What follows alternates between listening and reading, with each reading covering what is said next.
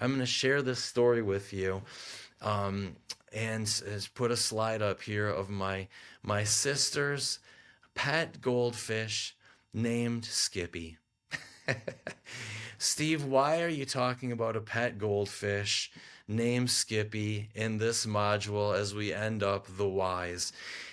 Jesus, bro, this was one of those Holy Spirit things. I'm writing all the defenses, what inner healing is, stories, um, self protection, how self protection is behind most of our mental health symptomology. That when we make him our Psalm 91 protector, that this is the healing of such a majority of these symptoms. And before I go into 12 interventions, which is the second part of my book, I always want to be practical. Please do with your clients. Don't just give them the theory.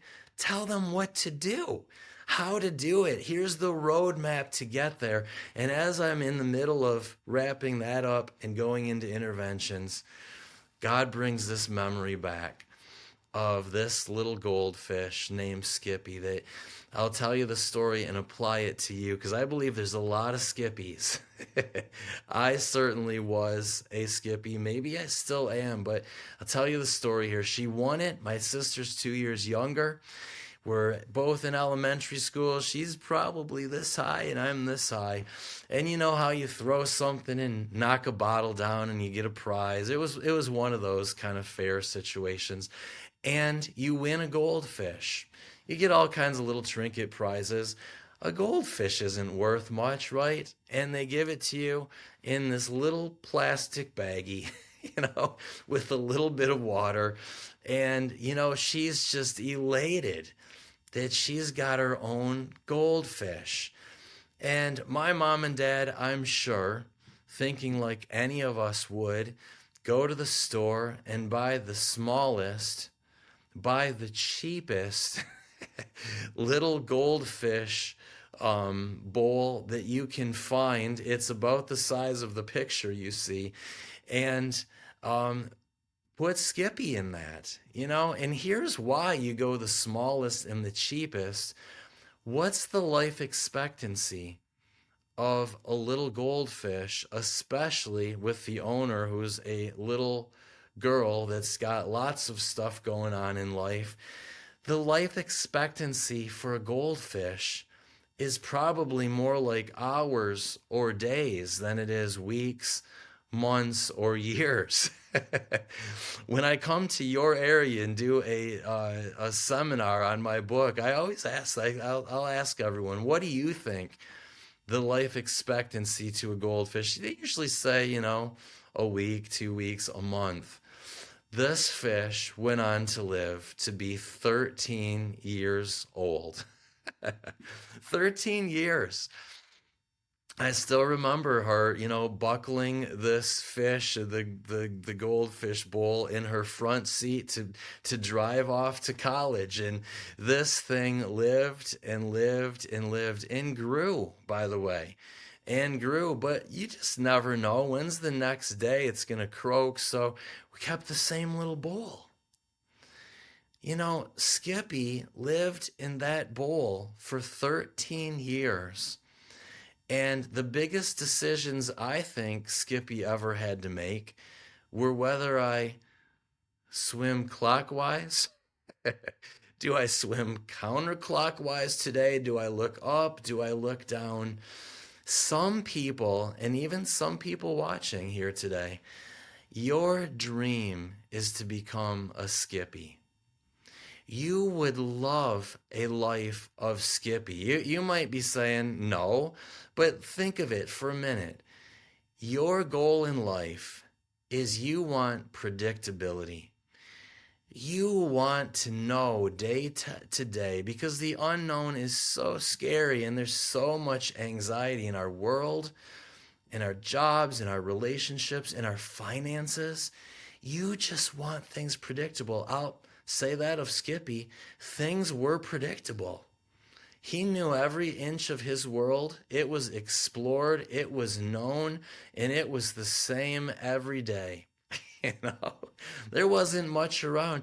You want a life that's peaceful, that's free of triggers, right? That's free of the things that scare you. Now, we did have a cat, and he did get the goldfish out once. That was not pretty, but things still lived. I mean, apart from a cat, once in a while, there were no predators for Skippy. There were no other creatures, fish that were going to gobble him up, people. His life was predictable, but it was for the most part trigger free. Isn't that what so many of us and our clients, they're looking for a life that's safe. They're not looking how to build capacity to handle the chaos of this world and stay connected to Jesus in the middle. They're coming into our offices saying, I want to get away from fight or flight, those things that make me scared, that make me anxious, that make me angry. Make me, right? Skippy had that, you all. He had provision. He had food every day. Some people, I'll just ask them, would you want a life like Skippy? And they raise their hands. But I want to say this to you, and I say it in my book. I believe this. Skippy wasn't really living. You know, Jesus came that we might have life and life to its fullest. Skippy didn't have life to its fullest. Skippy was made, he was designed, yeah, to be our pets. You know, we have dominion over all but he was made with a tail and fins to swim in the open ocean, to explore, to find his food. He was made to mate and have other fish and have little fish and raise fish. He was made to have life and life to its fullest. I can't say that of Skippy. I think Skippy existed. He didn't live. You know, these fish bowls of our lives are comfort zones. They are our defense mechanisms. Our clients have it. Let's teach them about Skippy. But we have them. The why nots of opening your private practice may be that you're in a comfort zone. It feels safer, predictable. You feel like you at least have an income that you can manage in life, and you have provision there. And I just want to ask you to ask the Holy Spirit, am I fully living? Can I fully live in the situation I'm at? Or was I built like Skippy to get out in the open waters and not just exist, not just function, but thrive?